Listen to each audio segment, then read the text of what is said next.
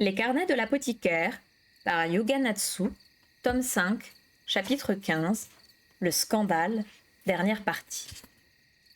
Oui, le scandale, c'était que, apparemment, Dame Lichou, elle fricote avec quelqu'un d'autre. Hein. Oh là là là là. Je n'y comprends rien. À l'issue de sa lecture, voilà tout ce que Mao Mao trouvait à dire sur le livre qu'elle venait d'acheter une fortune à ce libraire retors. Songeant qu'elle était peut-être passée à côté des passages intéressants, elle l'avait lu une seconde fois, histoire de rentabiliser son achat, sans s'y retrouver davantage. Elle l'avait alors recopié de la première à la dernière page. Ça n'a aucun sens. Tout ça pour en arriver là. Le problème n'était pas tant de trouver un intérêt à l'histoire. Non, il s'agissait plutôt du rapport de l'apothicaire aux émotions. Elle montra donc le livre aux filles du palais vert de gris pour voir ce qu'elles en pensaient. S'en suffit un mini pugilat, les courtisanes se l'arrachant pour le lire avant les autres, et toutes le dévorèrent avec des étoiles dans les yeux. Peu leur importait que le texte soit bourré de caractères mal tracés ou que la traduction pêche fortement sur des passages entiers, le récit gardait de quoi les captiver. L'histoire était assez banale. La fille et le fils de deux maisons rivales se rencontrent lors d'un banquet. Aussitôt, ils ont un coup de foudre l'un pour l'autre. Tout va pour le mieux jusqu'à ce que le jeune homme se querelle avec un membre de la famille de sa bien-aimée et le tue. Dès lors, la guerre entre les deux maisons s'intensifie. Mais cela ne fait qu'attiser la passion des deux jeunes gens qui finissent par se marier. Rien à faire.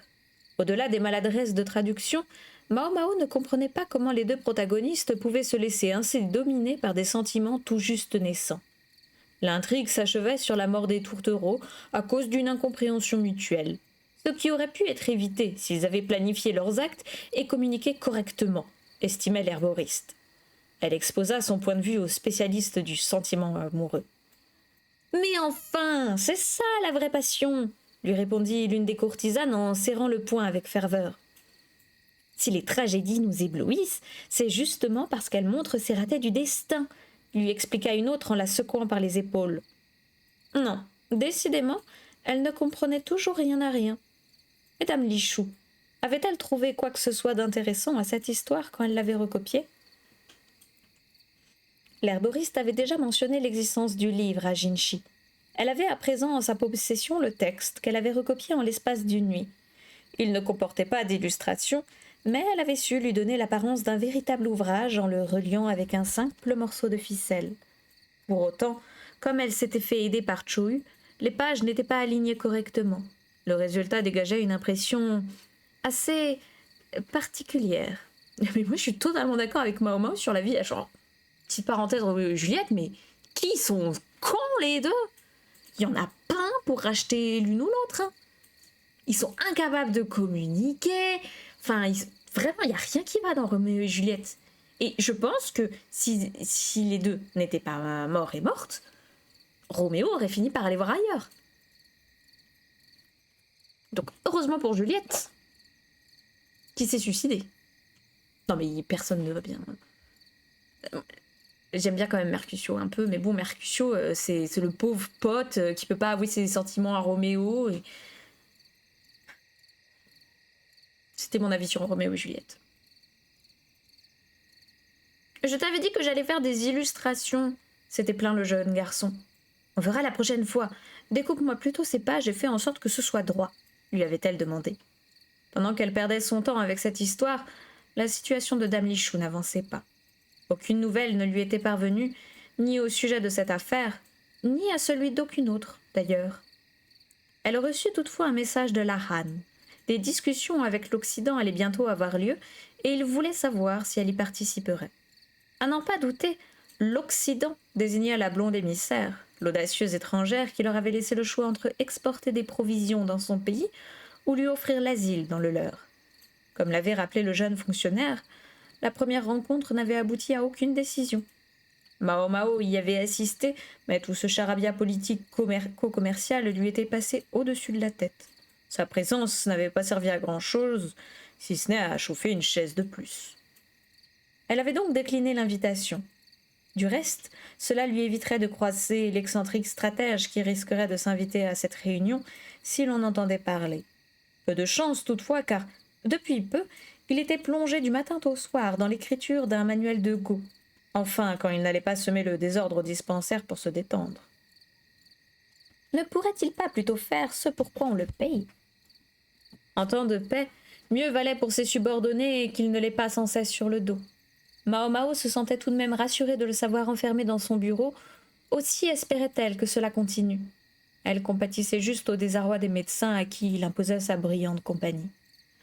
Dans mon cas, ce n'est pas le travail qui me fatigue, se désola l'apothicaire avec un profond soupir. Elle s'occupait en constituant des réserves de remèdes d'usage courant, mais ne testait plus guère de nouvelles décoctions ou de préparations inhabituelles. Ces derniers temps, elle ne cessait d'être convoquée pour des affaires sans lien avec son domaine d'expertise. Ses absences récurrentes l'empêchaient de travailler comme elle l'entendait. Et pour ne rien arranger, il lui fallait continuer à former Sazen au métier. Elle était tentée pourtant d'expérimenter des concoctions sortant de l'ordinaire, de préparer des remèdes rares, afin d'étudier leurs effets. Elle commençait à essayer les ingrédients achetés dans l'Ouest, petit à petit, tout en se demandant s'il n'était pas possible de trouver une manière plus originale de les combiner. Sur l'étagère trônaient 3 petits pots. Un seul accueillait un germe vert de la taille de la dernière phalange de l'auriculaire. Elle y faisait pousser ses graines de cactus. Comme elle venait d'une terre aride, elle les arrosait peu. Une fois arrivées à maturité, ces plantes étaient promises à une montagne de tests. Mais à l'idée qu'il lui faudrait encore attendre des années avant qu'elles ne soient assez grandes, l'herboriste n'était pas loin de défaillir. Si encore j'avais un fouet de fougou sous la main, mais ça ne se trouve pas sous les sabots d'un cheval. La porte de l'apothicairerie s'ouvrit à la volée, arrachant l'herboriste à la contemplation de ses pots. Elle se retournait pour voir qui était entré, quand quelque chose s'écrasa au pied du visiteur. Un paquet qui avait la forme d'une branche, enveloppé dans du tissu. Mao Mao tendit la main vers le colis. Une étincelle s'alluma dans son regard. Une ramure, et pas n'importe laquelle. Loin de ressembler à celles qui tombaient comme des branches mortes à la fin de la période de rut, ce poids souple de la longueur d'un shako était encore à moitié recouvert de velours. Des bois de serre! La ramure était encore en pleine croissance, au moment de sa récolte, au début du printemps, une fraîcheur qui plaisait aux acheteurs. Ses extrémités, surtout, constituaient un ingrédient aussi onéreux que prisé en pharmacopée.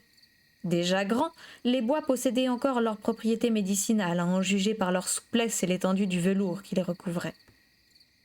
Les yeux de Mao Mao brillaient de convoitise. Les marchands venaient parfois lui proposer cet ingrédient en arguant qu'il était de la meilleure qualité qui soit, mais en ne lui présentant que sous la forme d'une poudre, qui intégrait évidemment d'autres parties que les pointes. Pour autant, le produit n'était pas dénué d'effet, et les habitués du quartier des plaisirs venaient sans cesse lui en réclamer avant d'aller rendre visite aux courtisanes, en raison de la vigueur que la préparation était censée conférer à ces messieurs. Quelle quantité d'aphrodisiaques pourrait-elle concocter avec des bois d'une telle taille ? D'abord, je vais les faire bouillir pour éliminer les insectes et faire cailler le sang. Elle s'imaginait déjà tout ce qu'elle pouvait faire avec une expression béate sur le visage, les yeux rivés à l'objet tant convoité, lorsqu'une main lui barra la vue. Le visiteur replaça la ramure dans le tissu à la grande frustration de Mao Mao. « Pas les pattes !» Quand elle releva la tête, sans cacher son déplaisir, elle se retrouva face à un visage qu'elle n'avait pas vu depuis un moment. Il affichait un sourire qui aurait pu appartenir à une nymphe céleste, mais la balafre sur sa joue droite rappelait qu'il ne s'agissait pas de n'importe quelle beauté. « Cela faisait longtemps, maître Genji. »« Combien au juste ? Peut-être 2 mois, depuis le retour de Mao Mao de la capitale de l'Ouest, où le prince impérial avait prolongé son séjour. Ils avaient certes entretenu une correspondance, mais s'en tenant à des sujets d'ordre strictement professionnel.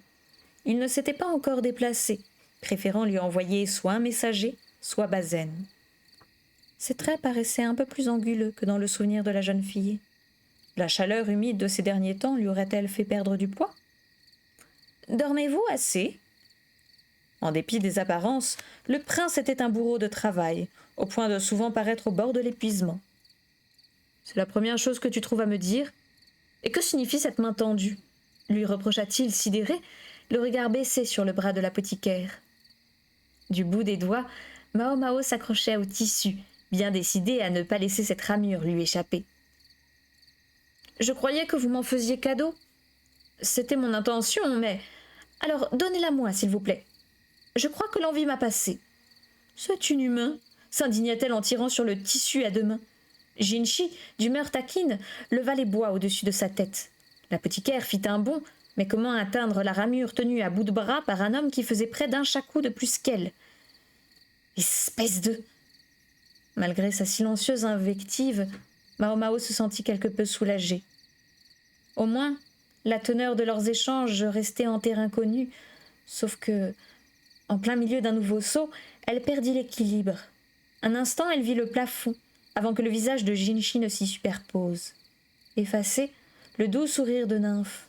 Désormais, un regard acéré était braqué sur Mao Mao. Au moment où elle avait sauté, Jinchi, d'un savant croc en jambe, l'avait fait basculer en arrière, avant de la rattraper dans ses bras. « Maître Jinchi, les bois de serre, s'il vous plaît. » Qui d'autre que l'apothicaire aurait eu cette pensée dans pareille situation? « Écoute d'abord ce que j'ai à te dire, ensuite j'y réfléchirai. » Envisageriez-vous de changer « j'y réfléchirai » par « je te les donnerai » ? Chez les gens qui avaient l'habitude de se faire obéir, les expressions telles que « j'y réfléchirai » étaient beaucoup trop équivoques. Honnêtement, c'était plus inquiétant qu'autre chose. Plutôt qu'une promesse révocable à tout instant, l'herboriste voulait un engagement formel. « Je te les donnerai », corrigea-t-il après une courte hésitation.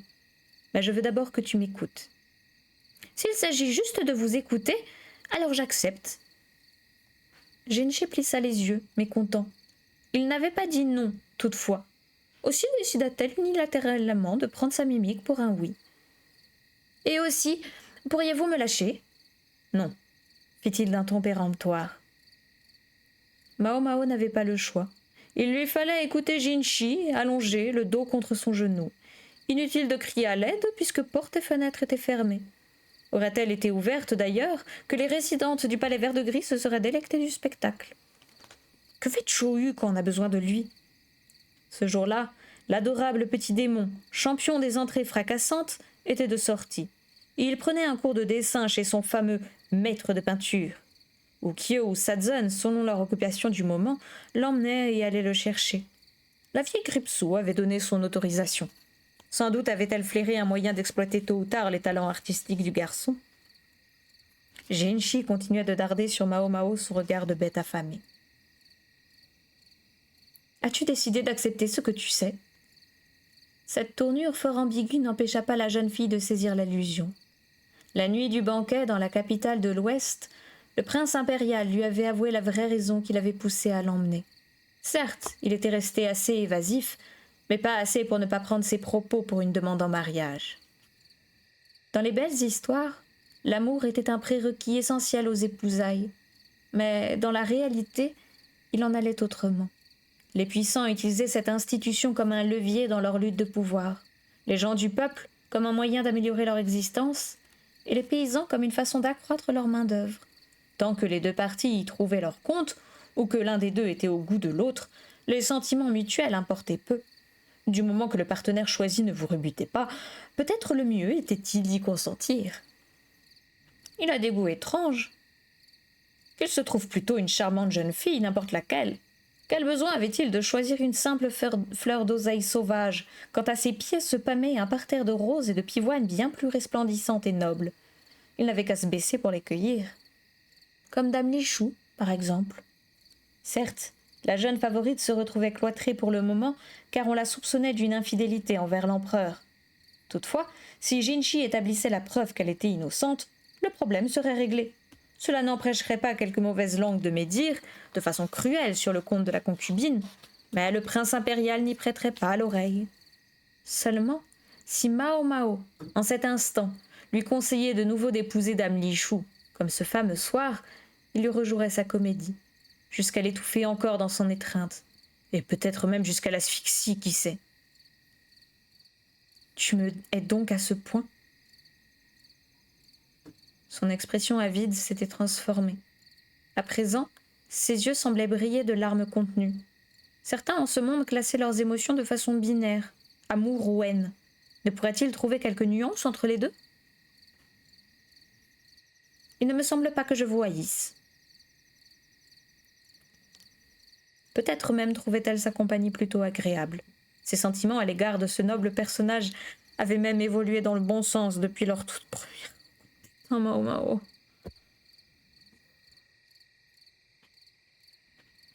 Jinchi accueillit sa réponse ambiguë par une petite moue. Pour le combler, il suffirait sans doute à Mao Mao de lui dire clairement qu'elle l'aimait, mais pour être honnête, elle n'en était pas encore à laisser sortir ces mots de sa bouche. Elle n'était pas non plus dénouée d'affection pour lui. Tout bien pesée, elle se résolut à lui faire quelques compliments. « Le yersa gumbo que vous m'avez donné m'a fait très plaisir. »« C'est tout ce que tu trouves à dire ? Et votre bézoard m'a été très utile. »« Mais encore, je veux ces boîtes serres. » Jinchi les avait fait passer derrière son dos. Elle tendit la main, mais l'homme nymphe la retenait par la taille, l'empêchant de se redresser.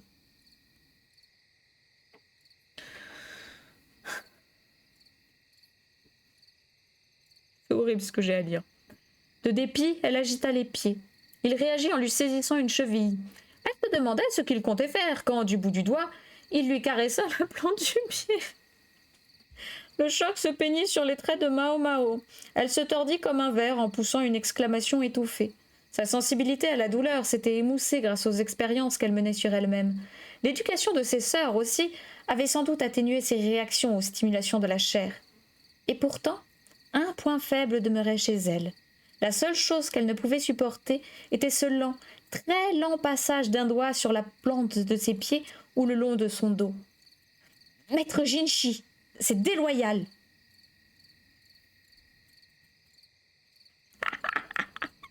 Très drôle, rideau. « Déloyal ? Qu'est-ce qui est déloyal ?» dit-il en faisant de nouveau glisser son doigt avec une lenteur extrême. Mais enfin, comment était-ce possible ? À quel moment l'information avait-elle fuité ? Seule une traîtrise avait permis à Jinchi de connaître son point faible. « C'est sale ! Lâchez-moi !» Ça ne me gêne pas plus que ça. Comme elle le haïssait quand il feignait l'indifférence. Mais comment avait-il su ? Les seuls à savoir étaient la vieille Gripsou, Peiline et... L'image d'une vieille dame de compagnie au calme inébranlable s'imposa à Mao Mao, qui écarquilla les yeux. Un jour, Suilen l'avait punie en la chatouillant avec un plumeau. La vieille servante avait aussitôt coupé court à la plaisanterie. Comme l'herboriste n'avait rien laissé paraître, elle n'avait pas pensé que l'ancienne avait percé sa faiblesse à jour. Redoutable, effrayante Suilen, qui avait tout compris instantanément. C'était forcément elle qui avait prévenu Jinchi du point faible de l'apothicaire. La suppliciée serrait les dents au point de les faire grincer, se tortillait à mesure que Jinchi remontait jusqu'à son orteil. Elle pinça les lèvres pour ne laisser échapper aucun son, sans pouvoir totalement se contenir. La longue phalange, j'en ai rien à foutre de savoir qu'il a des longues phalanges, s'attaquait aux pieds par le dessous en mêlant caresses et chatouilles. Le corps de la jeune fille réagit en se cabrant, puis le tortionnaire passant un talon de l'autre... Super, il passe à l'autre panard. Non. Alors, je vais pas vous lire, n'empêche, leur petit moment coquin, là. Nana. Alors là, elle dit, j'espère qu'il se venge pas comme ça. Hein. Ah, pensant peut-être qu'il avait dépassé les bornes, son bourreau la libéra. L'apothicaire reprit son souffle, rajusta ses vêtements, puis essuya les larmes qui perlaient au coin de ses yeux. La voyant faire, Jinchi déglutit, puis détourna le regard, une expression indéchiffrable sur le visage. Il remarqua le manuscrit dont il s'empara. Hop là, on change de conversation. Wouh!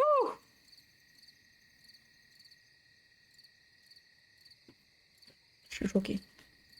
L'avez-vous lu, maître Jinchi? Oui. Et qu'en avez-vous pensé? Il afficha un sourire ironique. Sans doute cette histoire lui avait-elle fait la même impression qu'à l'apothicaire. Il n'était pas sans ignorer à quoi ressemblaient les nobles qui se laissaient dévorer par leur passion. Sinon, comment aurait-il pu officier toutes ces années au Rock-Gong? Il me semble que les personnages auraient pu agir autrement. Aucune femme du monde ne partagerait votre avis. Aucune sauf toi, n'est-ce pas? Rien n'avait plu à Mao Mao, que ce soit la conduite immature et simpliste des deux protagonistes qui se sublimaient en passion destructrice, ou la fin terrible qui les attendait, autant d'éléments qui rendaient cette histoire d'amour tragique magnifique aux yeux des lectrices. L'œuvre mettait en scène une héroïne de 13 ans, selon le décompte occidental, soit à 14 ou 15 ans au pays de Li, où l'on considérait qu'un nouveau-né avait 1 an dès la naissance. En estimant que cet âge encore tendre était la cause de sa passion impétueuse, l'intrigue en devenait soudain plus crédible. À 14 ans, Mao Mao aurait été incapable de se laisser aller ainsi, elle qui avait déjà intégré les mœurs cyniques du quartier des plaisirs. Il en allait de même pour Jinchi, qui était entré au Raogong au même âge. En un sens, ils avaient vécu tous deux cette période de l'existence dans un environnement similaire. Je me demande si j'aurais agi comme eux, si j'avais grandi dans un cadre différent, s'interrogea le prince impérial sur le ton de la confidence. Qui affirmerait le contraire? Cela restait du moins une possibilité. Au lieu de rebondir sur cette question, Mao Mao murmura « Je refuse de devenir une ennemie. » Jinchi lui lança un regard en coin. L'ennemi de qui, semblait-il lui demander? Une ennemie de l'impératrice Gyokyo. Allait-il comprendre l'allusion? Peu importait au fond. Même lui ne pouvait tout savoir. Tu veux par... Le hennissement d'un cheval interrompit le prince impérial. Des pas pressés se firent entendre puis quelqu'un cria « Maître Jinka !» Mao Mao se rappela que Jinchi avait déjà eu recours à ce pseudonyme. Il devait l'employer souvent pour se rendre dans le quartier des plaisirs. L'interpellé se refrogna puis alla ouvrir la porte. Sur le seuil se tenait un serviteur à bout de souffle que l'on voyait souvent à la suite du frère cadet de l'empereur ou de son bras droit. « Pardonnez-moi, maître. » L'homme posa un genou à terre, puis s'approcha. Il lança un coup d'œil à Mao Mao, réticent à délivrer son message en sa présence. « Cela concerne l'affaire de la fleur blanche. Dans ce cas, cette jeune fille peut tout à fait l'entendre. » L'herboriste pencha la tête, intrigué par ce nom de code.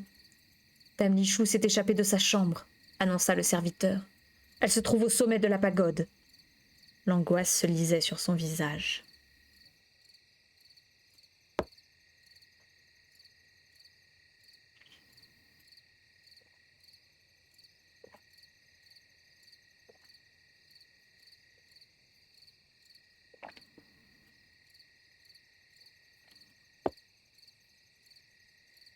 Pourquoi il y a cette scène de panard?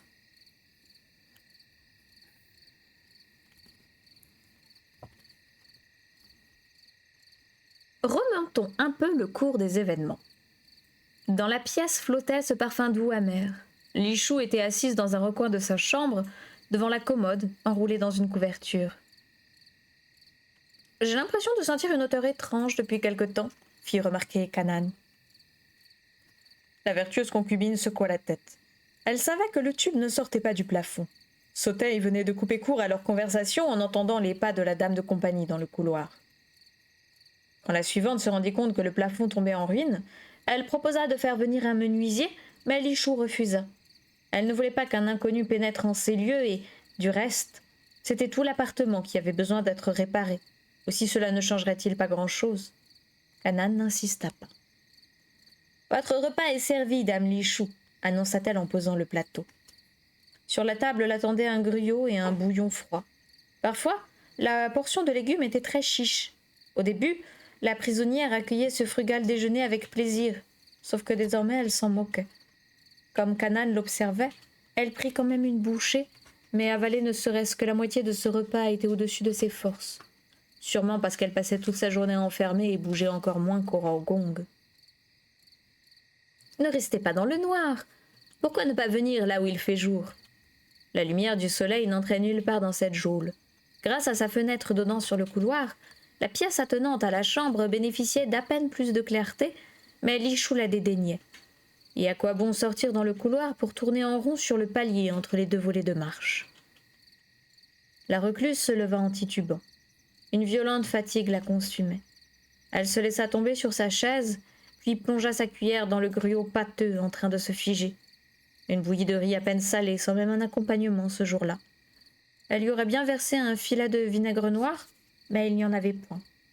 « Je suis confuse, madame. Il semble que j'ai oublié d'en remonter, » dit Kanan en inclinant la tête. Elle avait l'air vraiment sincère, même si elle ne portait pas la même tenue que tout à l'heure. Combien de jours avait-il fallu à Lichou pour se rendre compte qu'à chaque fois que sa suivante sortait lui chercher son repas, elle revenait vêtue autrement? Kanan faisait attention à mettre des vêtements au motif et à la coupe similaire pour que sa maîtresse ne se doute de rien. Mais sa méfiance à l'égard de sa suivante en chef grossissait peu à peu. La favorite se trouvait cloîtrée à cause d'une servante pour qui elle avait recopié un roman. Servante probablement poussée à la piéger par son ancienne première dame de compagnie. 2 personnes qu'elle pensait lui être fidèles. À l'origine, Canaan faisait elle aussi partie des dames de compagnie qui la raillaient. Elle s'était soi-disant amendée depuis le banquet où la vertueuse concubine avait échappé à une tentative d'empoisonnement. Et en effet, depuis lors, elle s'était comportée avec bienveillance à l'égard de sa maîtresse. Réjouie par ce changement d'attitude, Dame Lichou avait insisté pour l'élever du rang de simple goûteuse au statut de première dame de compagnie. Restait à savoir si la domestique avait bien agi dans l'intérêt de la concubine. Malgré sa promotion, Canaan n'avait que peu de pouvoir. Souvent, ses consoeurs ne lui prêtaient même aucune attention. Lichou avait cru que sa subalterne se démenait pour son bien-être, mais elle en était moins convaincue à présent. N'avait-elle pas, dans son dos, parti lié avec les autres? Peut-être se moquait-elle de la concubine tout ensemble. Il fallait reconnaître qu'elles avaient toujours accordé une oreille attentive aux confidences de sa maîtresse, mais comment savoir si ce n'était pas pour en faire des gorges chaudes? Non, sûrement pas. Sinon, pourquoi être venu s'enfermer avec elle dans cette tour? Lichou avait beau repousser cette idée de toutes ses forces, elle s'insinuait quand même dans son esprit. Plutôt que de secouer la tête, elle porta la cuillère à sa bouche et mordit dans une matière dure. Lichou recracha sa cuillerée dans sa serviette. Elle vit des grains de riz colorés de sang mêlés à un caillou aussi gros que le bout de l'auriculaire. Canaan s'était Madame! Canaan s'était précipité vers elle et la dévisageait sous le choc. Il arrivait, hélas, que des grains de sable se mêlent au riz. Or, là, le caillou était trop gros pour être passé inaperçu. Le regard perdu dans le vague, la recluse remua son gruau avec sa cuillère. 2, 3, 4 pierres. Impossible qu'elles se soient toutes logées au fond du bol par hasard.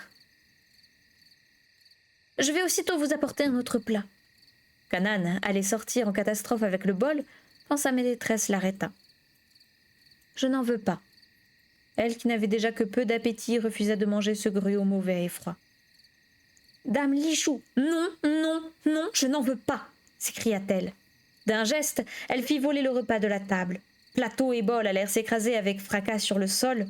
Les légumes à soupe jaillirent des récipients.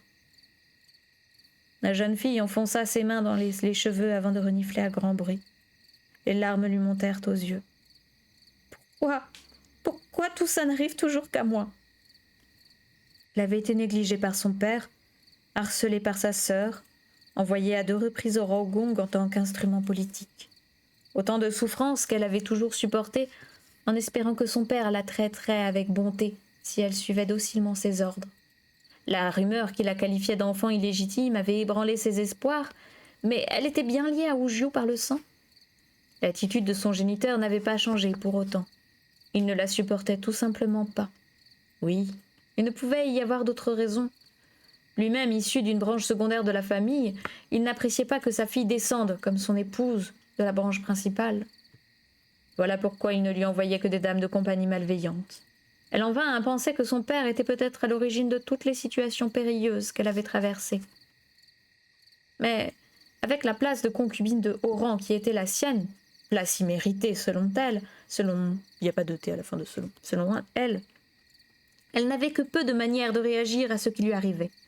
S'effacer ou fanfaronner.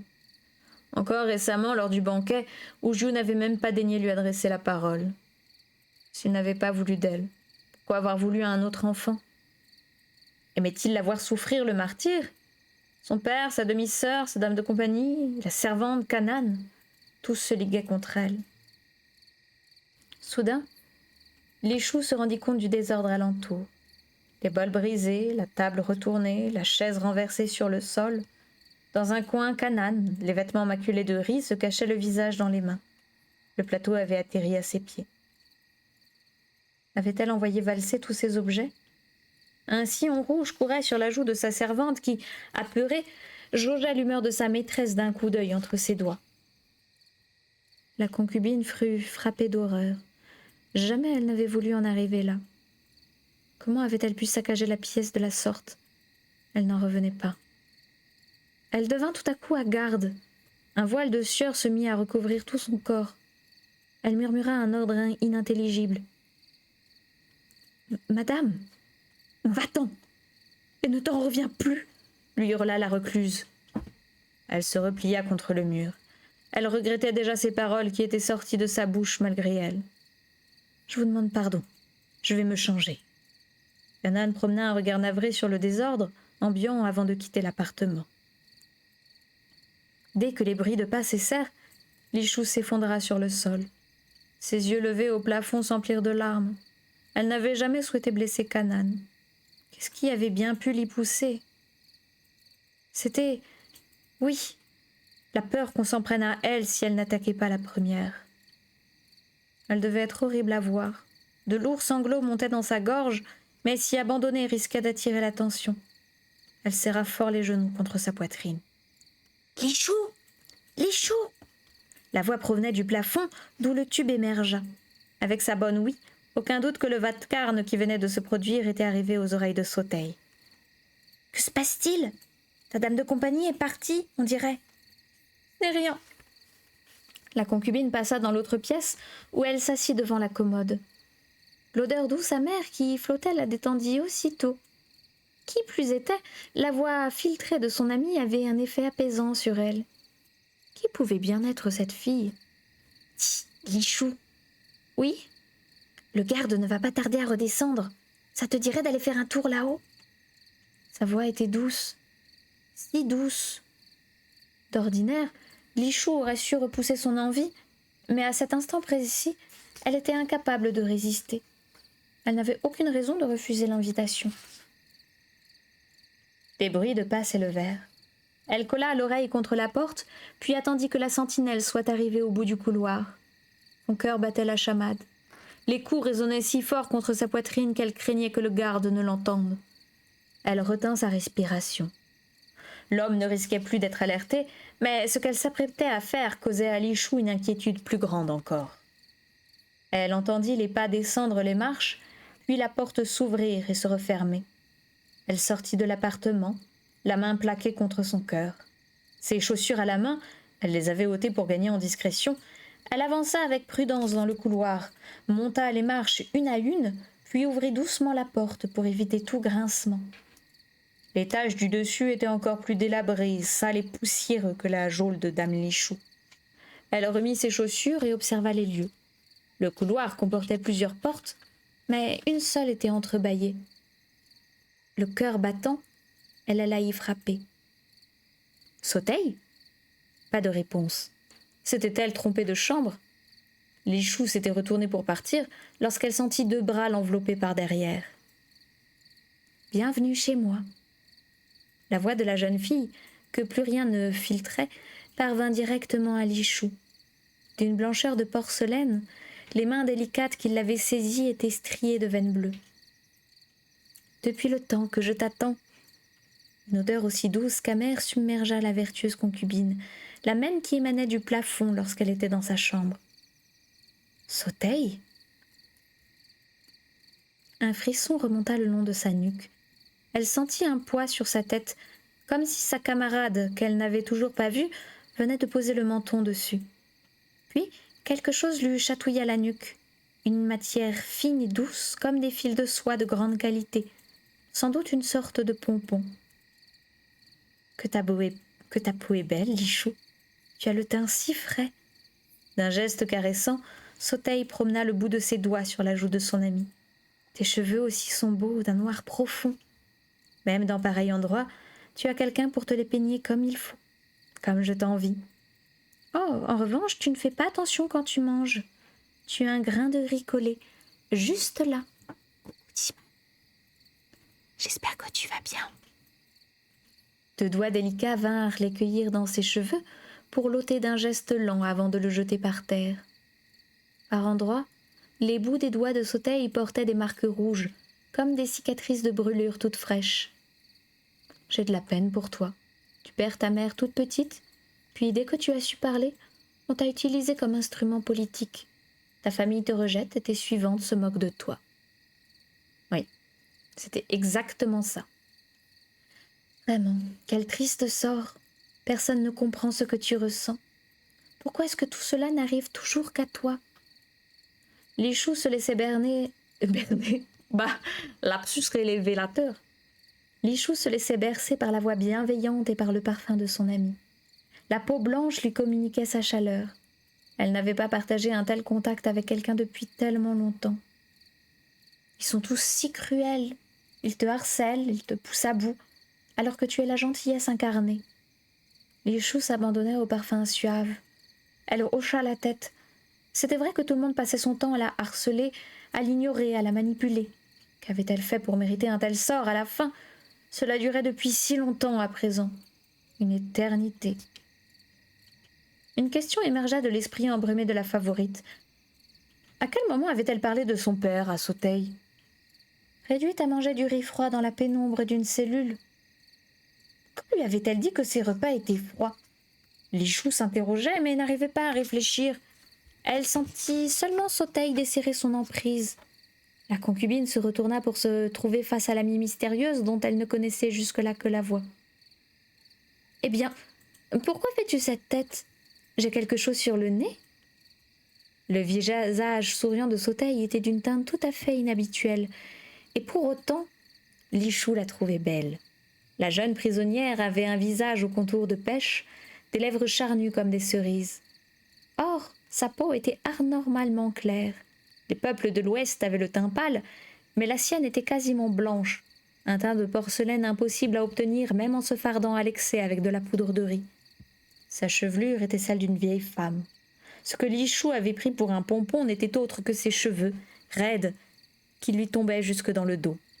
« Tu me trouves étrange. » Sauteil fronça ses sourcils blancs qui surmontaient des yeux couleur rubis. Lors du périple vers le Ponant, la concubine avait eu vent d'une rumeur qui parlait d'une jeune fille aussi belle qu'une immortelle, qui avait su mettre à genoux les dignitaires de la capitale et semait le trouble dans tout l'empire.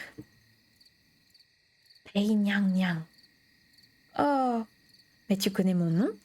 Eh bien, comme ça, nous faisons la paire. Sauteil attrapa une mèche de Lichou qu'elle enroula autour de son doigt. Moi aussi, je savais qui tu étais. Et on m'avait dit qu'on atterrirait au même endroit. Elle sourit puis tira les cheveux de sa complice. Je suis si jalouse de tes cheveux noirs. Lichou en resta coite. Et cette belle peau qui ne brûle pas au soleil. Nouveau silence. Même la lumière de la fenêtre est trop forte pour moi. Tu te plaignais que ta chambre était sombre, mais tu sais, moi, je ne peux vivre que dans la pénombre. Elle plissa les yeux qu'elle fixa sur la concubine. Laisse-moi te dire une chose. Si tu te fais maltraiter, ce n'est la faute de personne, sinon la tienne. D'un geste doux, elle effleura de ses doigts délicats la joue de la jeune noble qui sentit les bourrèches lui accrocher la peau. Tu as grandi sans jamais souffrir de la faim, tu as toujours porté de beaux vêtements sans te poser de questions, mais tu ne fais rien de ton temps ni de ton existence, Lichou. Quiconque est incapable de se protéger devient une cible. Tu es bien placé pour le savoir, non? Les doigts, puis les ongles de la jeune fille s'enfoncèrent dans la joue de la vertueuse concubine, au point de lui laisser des griffures. Il me suffit de te regarder pour être hors de moi. Des rides plissèrent le visage de Sauteil. Son rictus et ses paroles hostiles figèrent la concubine. Rien que d'être ici en ta présence, mais insupportable. Le cœur de Lichou manqua un battement. Nombre de regards aussi glaciaux que celui que dardait sur elle l'albinos lui revinrent en mémoire. Les prunelles noires de son père, les yeux jaloux de sa demi-sœur, de ses suivantes. Elle se mit à trembler de tout son corps. Un peu plus et ses yeux rouges l'aspireraient tout entière. Au-dessus de sa tête, elle entendit des bruissements semblables à des mouvements d'insectes. Mais à ses oreilles, il s'agissait des voix de ses servantes qui la calomniaient dans son dos. « Non, arrêtez !» Lichou secoua la tête. Elle appuya la main sur sa joue labourée par les griffures, puis tourna un regard apeuré vers Sauteil, qui affichait un sourire ironique. « Vraiment, tu m'insupportes. Tu me rappelles... moi. Avant. » La concubine se moquait désormais de ce qu'elle pouvait dire. Tout ce qu'elle souhaitait, c'était fuir. Elle se mit à courir. Elle traversa le couloir délabré, puis se précipita dans l'escalier. Sotaï n'avait pas menti, la porte menant à l'étage supérieur n'était pas verrouillée. Lichou reprit sa course, montant toujours plus haut. Combien d'étages gravit-elle ? Le bas de son habit était noir de poussière et le sol grinçait de façon inquiétante. Elle avisa une porte différente des autres. Elle était la seule à être fermée à clé, mais à l'usure du temps ainsi que la pourriture avait eu raison du bois, et le verrou était tombé. Lichou posa la main sur la poignée. Elle poussa la porte un peu lourde, et devant elle se déploya un ciel couleur de plomb. Toute la capitale s'étendait sous ses yeux. À cette vue, nul doute que les puissants de jadis, une coupe de vin à la main, avaient dû songer que leur gloire serait éternelle. Elle était arrivée sur le balcon. Battu par la pluie et le vent, il était encore plus délabré que l'intérieur de la pagode. Elle fit un pas en avant. Le sol se déforma en geignant sous ses pieds. En temps normal, la peur l'aurait paralysée. Pourtant, Lichou ne s'arrêta pas. Elle fit à nouveau un pas, mal assuré, puis un autre. La rampe à la peinture complètement écaillée était elle aussi sur le point de se désagréger. Le vent se leva, caressant la joue de Lichou et la décoiffant encore plus. Des oiseaux sillonnaient le ciel. Ils semblaient si libres. Elle tendit la main vers eux sans réussir à les atteindre. Elle se contenta de regarder ses doigts, qui tentaient en vain de saisir l'étendue au-dessus d'elle.